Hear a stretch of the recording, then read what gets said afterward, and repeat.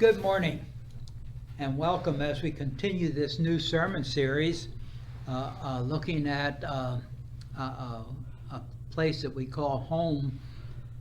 And last week we looked at Jesus in the temple and him stating that he had to be in his Father's house.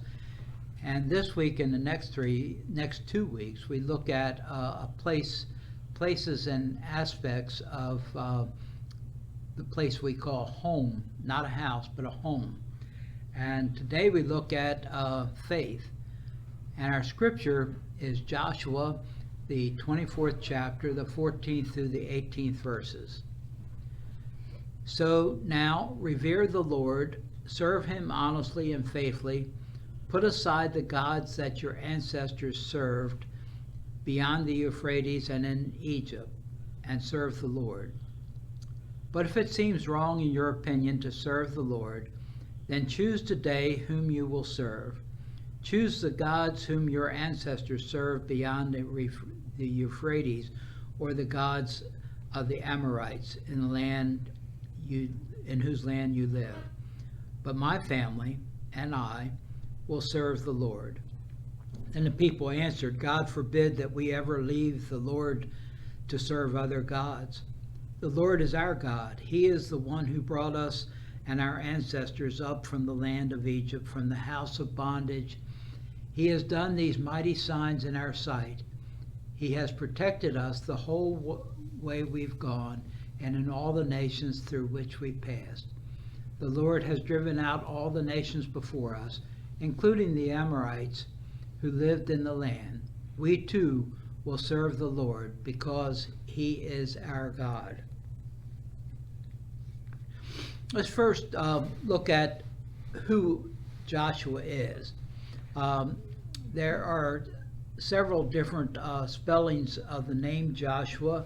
The most common, or the one we use today, is Joshua, but it's also rendered quite often Josue. And in Hebrew, the meaning is Yahweh's deliverance or Yahweh's help. And the use of Yahweh is appropriate at this here because that was the name that the Hebrew people used for God. You recall that Moses had wanted to know God's name, and he replied that I am. And the people assigned Yahweh to him as a way of identifying that this God Yahweh is different from all the other gods, the pagan gods that were prevalent throughout the culture at that time. But to know somebody's name was to have power over them. And that's one of the reasons that God never had a name ascribed to him by the people, would not allow that of them. He is identified as the son of Nun, his father. He served under Moses as Moses' second in command, his right-hand man. He was also one of the 12 spies that were sent into the Promised Land. And when they returned, only he and Caleb saw the possibilities and knew that they could succeed in conquering the land with God's help.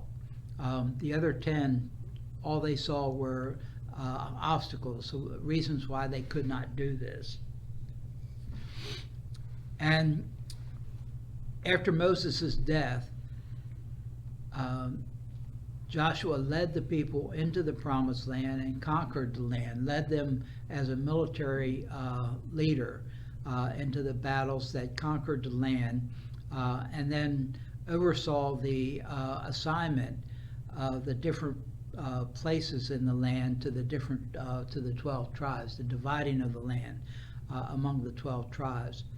So he was a warrior, but he was also a man of faith in God, as well as it would seem a very charismatic leader. And this passage comes at the end of the book of Joshua, which coincides with the coming end of Joshua's life.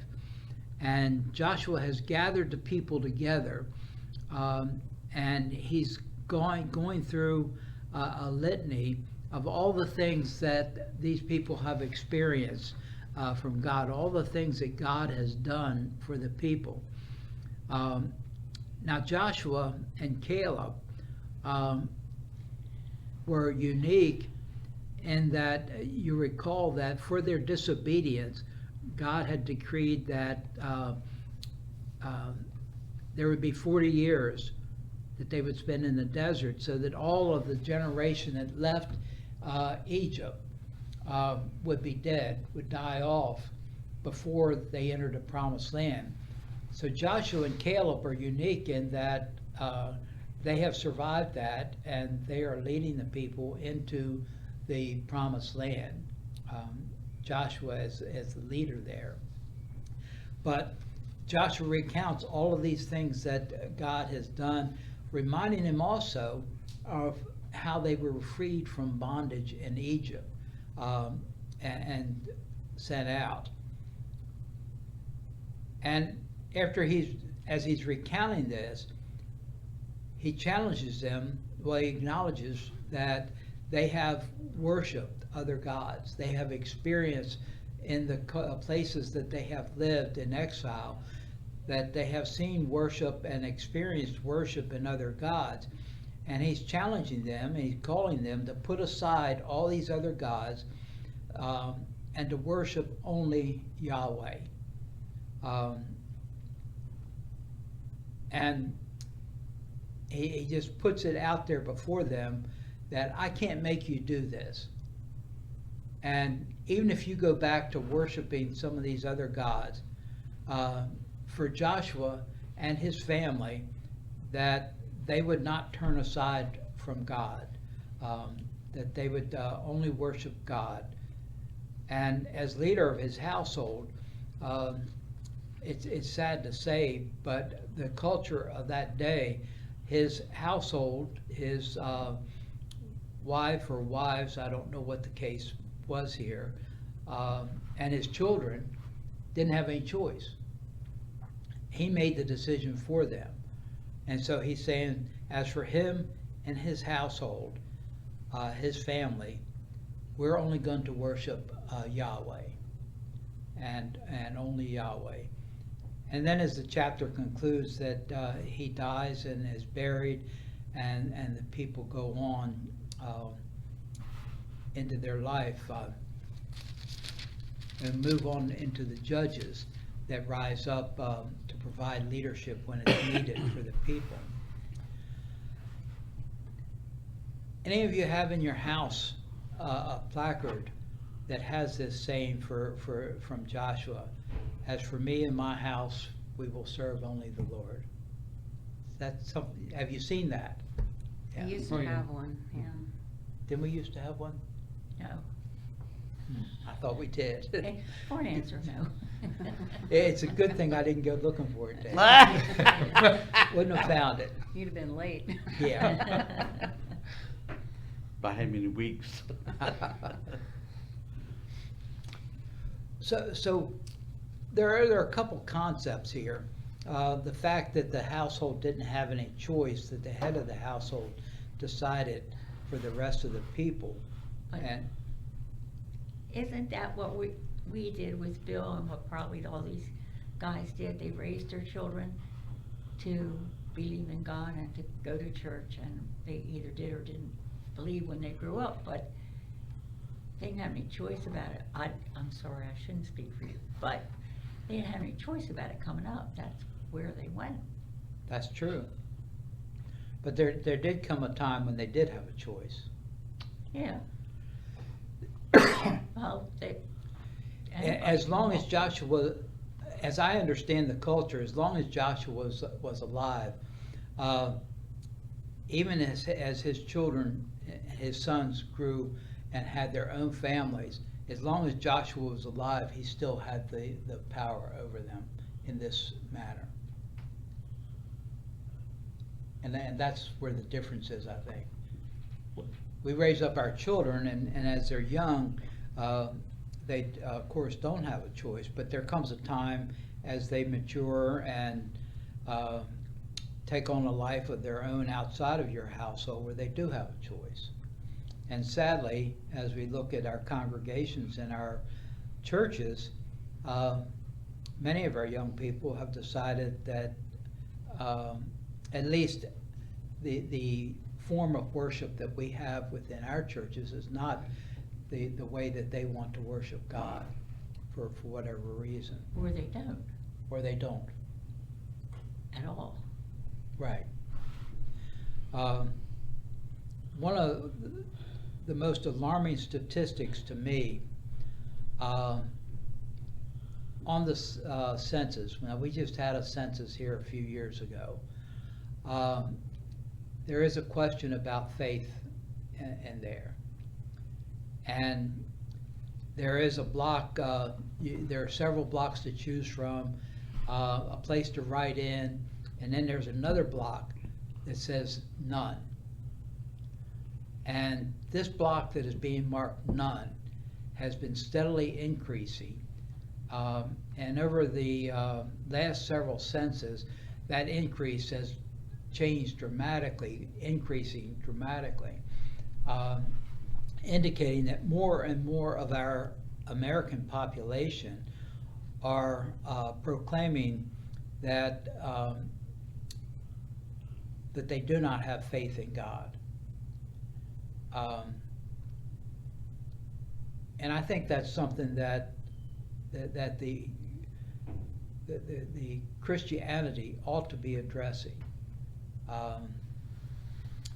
as opposed to spending time deciding on how we're going to be organized and what's the right theology. Well, that's a bad example there. What's the right doctrine?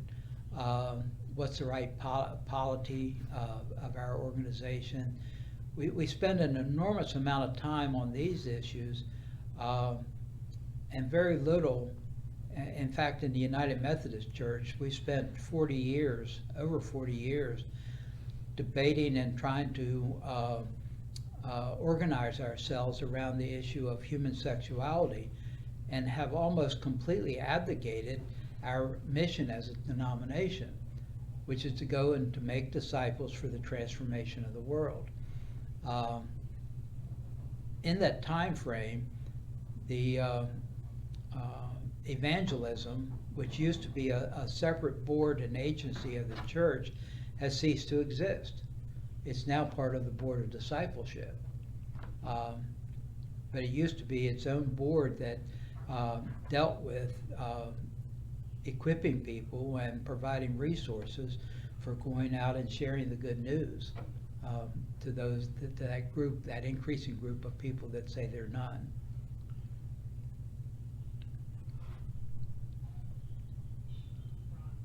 In the Virginia conference, getting a little bit off topic here, but in the Virginia conference, there was an initiative it's probably been about over 10 years ago now that I think about it, initiative for every congregation. This started under Bishop Joe Pennell. That was 4 bishops ago, so that'll help put it in context time-wise. And looked at the statistics of the church, and he had observed that if every congregation would set as a goal of bringing one person, just one person, to make an affirmation of faith in God in the year before the next conference, that the decline in the membership in the Virginia Annual Conference of United Methodist Church would stop declining and would in fact increase. And he put that out there before the conference, and he also put the resources of the conference behind that in helping to make that happen. Now, Ed, you probably know this from your work in the business community, that whatever you decide to measure the rank and file is going to produce. And